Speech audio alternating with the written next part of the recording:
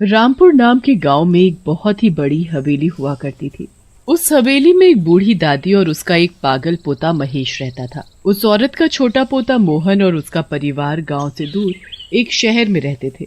इतनी बड़ी हवेली में बस एक शांता नाम की औरत अकेली ही काम करती थी। एक दिन दादी को शांता की चीखने की आवाज आती है। दादी, दादी बचाओ, मुझे बचाओ।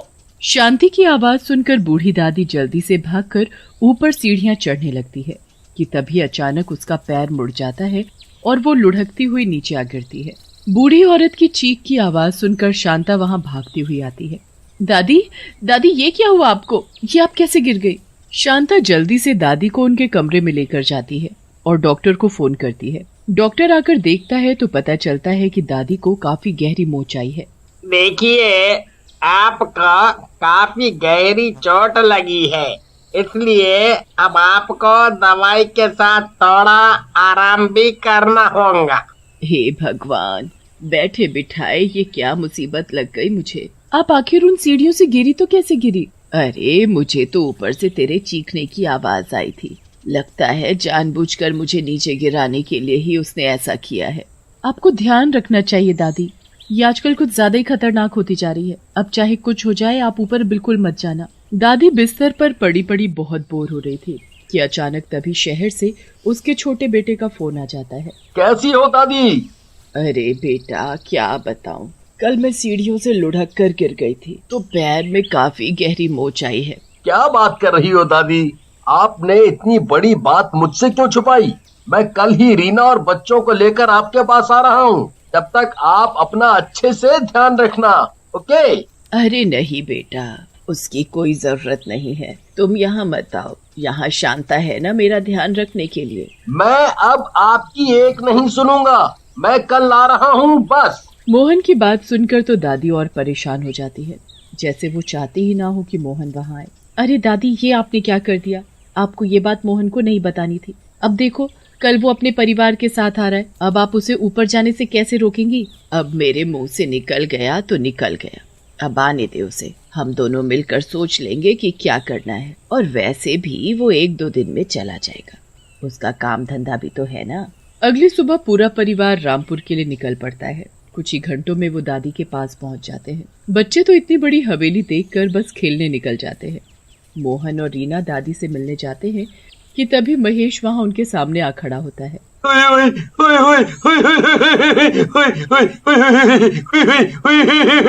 मेरी शादी है, देखो देखो मेहमान भी आने लगे। शांता ताई, देखो देखो मेरी शादी में मेहमान आने लगे। तुम लोग मेरी दुल्हन से मिलकर जरूर आना।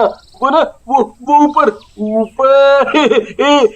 हाँ ठीक है, अभी तुम अंदर जाओ, तुम्हें अभी अपनी दवाई भी लेनी है ना। चलो जाओ यहाँ से, कुछ भी बोलते रहते हो। शांता की बात सुनकर महेश उदास होकर अंदर चला जाता है। मनोज और रीना को महेश की यह हालत देख बड़ा झटका लगता है। ये महेश भैया को क्या हुआ?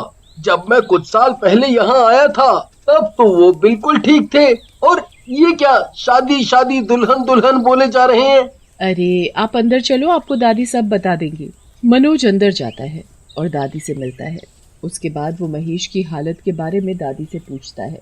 बेटा अब मैं क्या बताऊं, एक दिन जब महेश छत पर खड़ा किसी की बारात जाते देख रहा था तो अचानक जाने कैसे उसका पैर फिसला और वो नीचे गिर गया। उसके सर में इतनी गहरी चोट लगी कि वो पागल ही हो गया। बस तभी से शादी और दुल्हन जैसी बातें करने लगा है। ये तो बहुत ही बुरा हुआ है महेश भैया के साथ, पर हम उनका शहर से अच्छा इलाज करवाएंगे तो देखना वो बिल्कुल ठीक हो जाएंगे। हाँ क्यों नहीं, ये तो अच्छी बात है। बातें करते करते काफी रात हो जाती है और फिर सबको नींद आने लगती है। शांता वहाँ आती है और उनको सोने को कहती है। हाँ ठीक है, मैं वही ऊपर वाले अपने फेवरेट कमरे में ही सोऊंगा। नहीं, ऊपर नहीं नीचे, वो ऊपर अभी सफाई नहीं हुई है ना, इसलिए। मनोज दादी की बात मान जाता है और नीचे के कमरे में ही सो जाता है। बच्चे भी उनके साथ वाले कमरे में सो जाते हैं। जब सब गहरी नींद में होते हैं और रात के करीब 12 बज रहे होते हैं, तभी अचानक रिंकू को किसी के रोने की आवाज आती है। रिंकू इधर उधर देखता है पर वहाँ तो कोई भी नहीं होता। उसके बाद वो आवाज को ध्यान से सुनने की कोशिश करता है। आवाज ऊपर से आ रही होती है।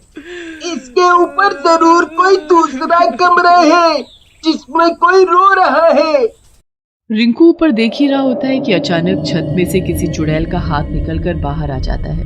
वो हाथ धीरे धीरे रिंकू की तरफ बढ़ रहा होता है और उसे अपनी तरफ बुला रहा होता है। रिंकू की तो डर के मारे हालत बुरी हो जाती है। वो बड़ी मुश्किल से चिल्लाकर टीना को उठाता है और उसे वो चुड़ैल का हाथ दिखाता है, पर तब तक वो हाथ गायब हो चुका होता है। टीना को लगता है कि रिंकू उसे डराने के लिए ये सब कर रहा है, इसलिए वो इसकी बात को झूठ समझती है और वापस सो जाती है। रिंकू भी बेचारा डर कर सो जाता है और अगली सुबह उसे एक बुरा सपना समझकर भूल जाता है। पर अगली रात भी रिंकू के साथ वही होता है। वो हाथ छत से निकलकर बाहर आ जाता है और रिंकू को अपनी तरफ बुलाने लगता है। मुझे मत मारो, मुझे छोड़ दो। टीना, टीना उठो, प्लीज मुझे बचा लो, प्लीज। रिंकू डर के मारे पीछे ही चलता रहता है और उसका पैर वहाँ पड़े कंचों पर पड़ता है और वो बड़ी बुरी तरह फिसलता है। रिंकू का सर फर्श पर लगने ही वाला होता है कि उस चुड़ैल का हाथ रिंकू को पकड़ लेता है और रिंकू को चोट से बचा लेता है। उसके बाद वो हाथ वापस रिंकू को अपनी तरफ बुलाने लगता है। इसने तो मुझे चोट लगने से बचाया है, मतलब ये किसी भली चुड़ैल का हाथ है जो शायद मुझे मारना नहीं चाहती बल्कि मेरी मदद जरूर चाहती है। रिंकू को डर तो लगता है, पर फिर भी वो उस चुड़ैल के हाथ को पकड़ता है और वो चुड़ैल उसे ऊपर खींच लेती है। रिंकू एक अंधेरे कमरे में खड़ा होता है और उसके सामने एक चुड़ैल होती है। चुड़ैल को देखकर रिंकू की हालत बुरी हो जाती है। चुड़ैल, ये तो चुड़ैल है, ये मुझे मार डालेगी। और ये मैं कहाँ आ गया? ये किसका कमरा है? और तुमने मुझे ऊपर खींचा है ना? प्लीज प्लीज मुझे छोड़ दो, मुझे जाने दो। नहीं, कभी नहीं। अब तुम्हें मुझे यहाँ से आजाद करना होगा, तभी मैं तुम्हें छोड़ूंगी। आजाद? पर कैसे? और तुम्हें यहाँ कैद किसने किया? उस बुढ़िया ने जिसका पैर मैंने तोड़ दिया। वो तो मेरी परदादी है, और वो तुम्हारे साथ ऐसे क्यों करेगी? वो तो बहुत अच्छी है।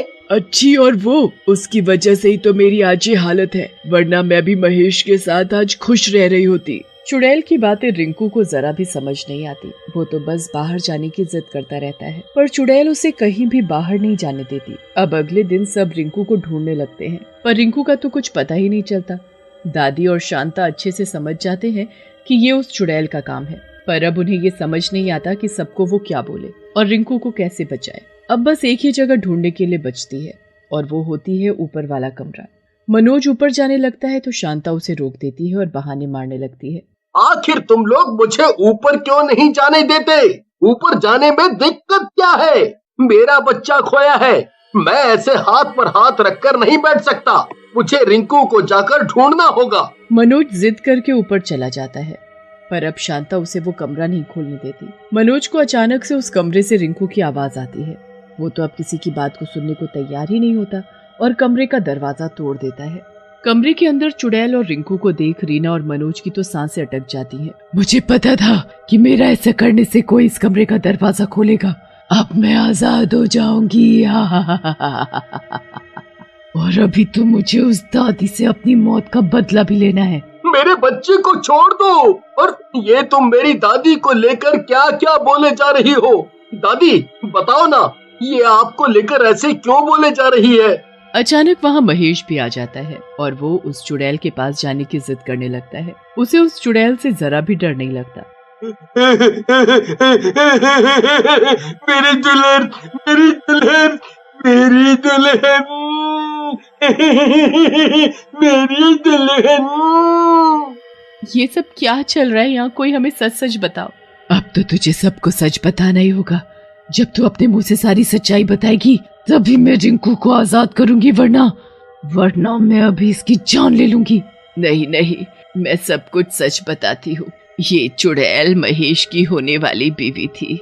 मैं इसे बिल्कुल पसंद नहीं करती थी क्योंकि ये बहुत ही गरीब घर की थी, पर महेश ने मेरे खिलाफ जाकर शादी कर ली और मैंने एक दिन मौका देखकर इसे इसके ही कमरे में आग जलाकर मार डाला। तभी वहाँ महेश आ गया और उसने सब देख लिया। उस दिन से महेश पागल हो गया। आप किसी के साथ ऐसा कैसे कर सकती हो दादी? सब लोग उस दादी को घर में अकेला छोड़कर चले जाते हैं। चुड़ैल रिंकू को छोड़ देती है उसका मकसद तो बस सबके सामने सच लाना होता है, जो वो कर देती है।